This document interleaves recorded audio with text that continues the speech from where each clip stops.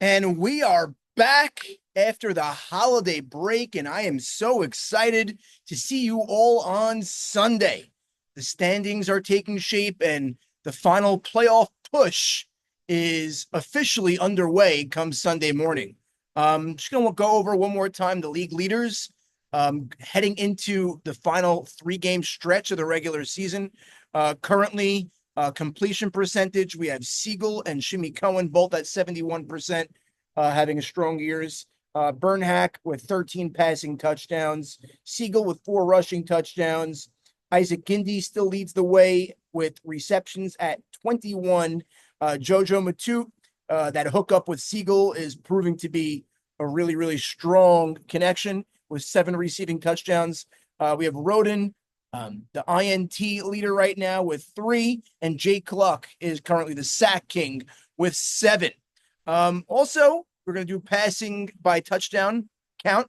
We have 13 by Bernhack, which we said, but then we have Shimmy, Zach Casson, and Mavora and Citron, all with 10. And then Siegel, Doak, and Saka, 7, 6, and 5, respectively. And then finally, ranking by least interceptions, Siegel and Doak with 0, impressive, and Citron with 2, Casson and Mavora and Bernhack with 3, and then Shimmy Cohen just slinging that ball around the field, and Elliott Saka both with 6. So that's the league leader portion of this Commissioner Corner show that we're going to do, really condensed version because I got to run. But let's look at the matchups. We have some pretty big ones. Steelers versus Texans, 9 o'clock game. The schedules were shifted a bit heading into the weekend just to accommodate some schedules. This Elliott Saka quarterback squad is really desperate for a win, and this Texan team, they're pretty much humming, and I don't see anything changing. I still think that Bernhack leads the way and officially decimates and pretty much, listen, every team is alive right now, but I think they're kind of just going to bury the Steelers and put them out of their misery, and Bernhack and Panagel, who may miss the game, mind you, but he should be there. Also to note in this matchup that the Steelers will be missing Sammy Schwecke, and they will be getting a sub for him. So a lot to look for, but I just see that Texans are going to come out on top. That is our first 9 o'clock game. Our second 9 o'clock game, we have the Ravens versus the Colts. Colts season on life support. Ravens season on life support.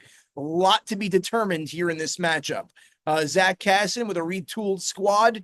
We saw what he started to do with his new toys that he acquired via trades. And again, I think the Ravens are on the upswing, and I think the Colts are really struggling to find their identity, missing guys, injured guys. It's really a lot of the things that are going on with this squad is out of their power and not their fault, but chips fall where they may. It is what it is. I see the Ravens pulling out a W to close out the 9 a.m. games. And then moving on to the 10 o'clock games, we have Cowboys-Eagles. That's an exciting matchup. We have Ellie Siegel versus Shimmy Cohen at the quarterback spot. Important to note that the Eagles will be missing Michael Panitz this week. Panitz will be getting his wisdom teeth removed, and he will be using a designation on himself and getting a sub for himself. Obviously, a good receiver.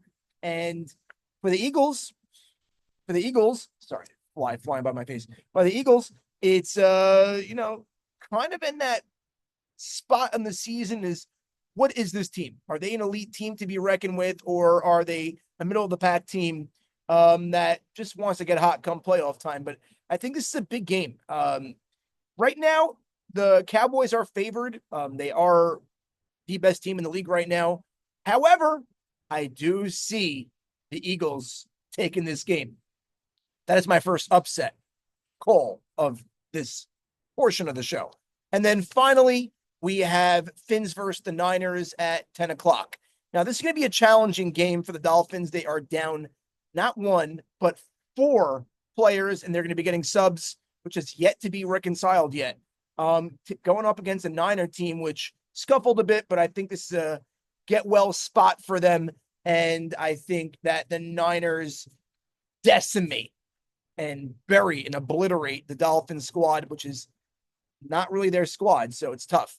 But either way, I'm very excited for the final stretch of the season. 3 weeks remain, and then we head into our playoffs. Weather is looking great. Can't wait to see you all there and get the season restarted once again. I cannot wait. See you all then.